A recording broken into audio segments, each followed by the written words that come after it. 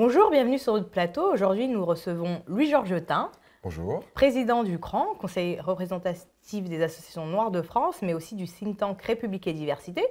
Ces deux associations viennent de faire paraître le baromètre des villes contre le racisme. Est-ce que vous pouvez nous présenter ce baromètre?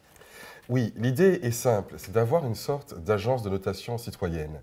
L'idée, c'est que les citoyens puissent eux-mêmes être experts de leur propre vécu et qu'ils puissent évaluer les politiques publiques qui sont menées dans tel ou tel domaine et pourquoi pas la lutte contre les discriminations. Donc nous avons fait ce baromètre qui est un questionnaire qui a été envoyé dans les 50 plus grandes villes de France en fonction de leur population. Alors donc de ce questionnaire, il y a deux parties. Une première partie sur les politiques internes qui sont menées dans les villes.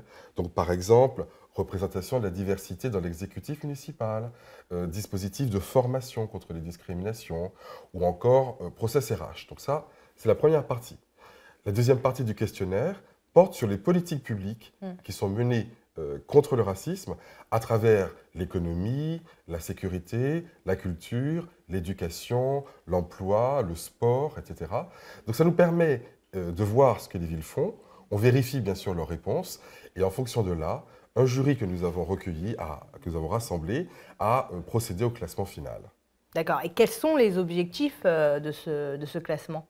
Je dirais qu'il y en a deux. Le premier, c'est d'avoir un diagnostic. Et ça, c'est très important parce qu'en France, en gros, souvent, on croit que la lutte contre le racisme, c'est les paroles, l'indignation vertueuse, le moralisme ambiant. Non, c'est des politiques. Le racisme, c'est une question politique, la lutte contre le racisme aussi. Et donc, il faut faire un diagnostic pour savoir qui fait quoi. Est-ce que Toulouse est meilleur que Bordeaux? Est-ce que Nancy fait plus que Strasbourg? Lille et Roubaix? Bon, on n'avait pas ces éléments-là. Avec notre baromètre, je crois qu'on dispose d'outils d'évaluation. Bon, ça, c'est le premier objectif. Le deuxième objectif, c'est évidemment tirer les gens vers le haut, car tout le monde veut être premier, personne ne veut être dernier. Donc ce baromètre permet aux villes de se saisir des bonnes pratiques que nous avons identifiées pour aller de l'avant et progresser évidemment vers l'égalité qui est notre objectif. Très bien. Justement, qui fait mieux? Quels sont les résultats? Alors, nous avons un classement qui a été établi par notre jury, que j'ai sous les yeux. En première position, vous avez Villeurbanne, Montreuil deuxième, Paris troisième, Toulouse quatrième, Roubaix cinquième position. Et puis dans le bas du classement, eh bien, vous avez malheureusement Courbevoie, Boulogne-Billancourt, Versailles, Aix-en-Provence et en dernière position, Marseille, quasiment position relégable, si j'ose dire. Donc ça, c'est les 5 plus mauvais, mais nous avons évidemment classé les 50 plus grandes villes de France. Et y a-t-il un clivage politique dans ce classement, comme on peut voir Villeurbanne, Montreuil, Paris, des grandes villes de gauche, et Marseille, Boulogne-Billancourt, des villes de droite en bas du classement? Retrouve-t-on ce clivage politique dans le classement?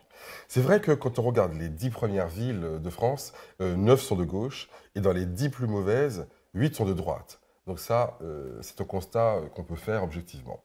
Cependant, ça ne veut pas dire que la gauche est nécessairement meilleure que la droite, parce que nous avions fait un classement en mai dernier, un an après l'élection de François Hollande, et le classement révélait que parmi tous les ministères, finalement, du gouvernement socialiste, la moyenne générale était autour de 16 sur 100. Ce qui veut dire que les ministères du gouvernement Ayrault sont extrêmement médiocres en matière de lutte contre le racisme, et ils font moins bien, non seulement que les villes de gauche, mais même que les villes de droite. Donc ça veut dire que ce n'est pas parce qu'on est de gauche qu'on est nécessairement pertinent et efficace en matière de lutte contre le racisme. Très bien. Et si le clivage politique n'est pas aussi probant que ça, et le clivage géographique, le Sud semble pas très bien s'en sortir. C'est vrai qu'on a, dans la région PACA en particulier, 4 villes parmi les 10 plus mauvaises. Donc c'est quand même très lourd. Je citais Marseille, Aix-en-Provence, Toulon, etc. Il y a là une difficulté objective qui peut s'expliquer sans doute par le poids du vote FN, par la sociologie politique, les rapatriés d'Algérie, toute une population peu accessible à ces thématiques. Et on peut imaginer que des maires dans ces villes se disent: n'en faisons pas trop contre le racisme, parce que notre électorat serait un peu contrarié. Alors, on pourrait se demander s'il y a des villes ou des régions très performantes.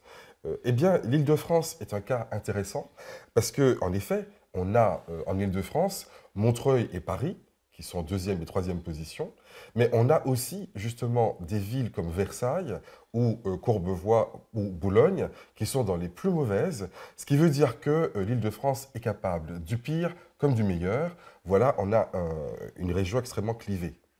Ouais. Et quelle suite envisagez-vous pour ce baromètre? La suite logique, c'est le séminaire que nous organisons le 8 janvier au Sénat pour y inviter tous les élus qui seraient disposés à venir. Et nous allons présenter à cette occasion un guide des bonnes pratiques contre le racisme qui rassemble les meilleures pratiques que nous avons constatées sur tout le territoire, qu'il s'agisse de logement, d'emploi, de culture, d'éducation, etc.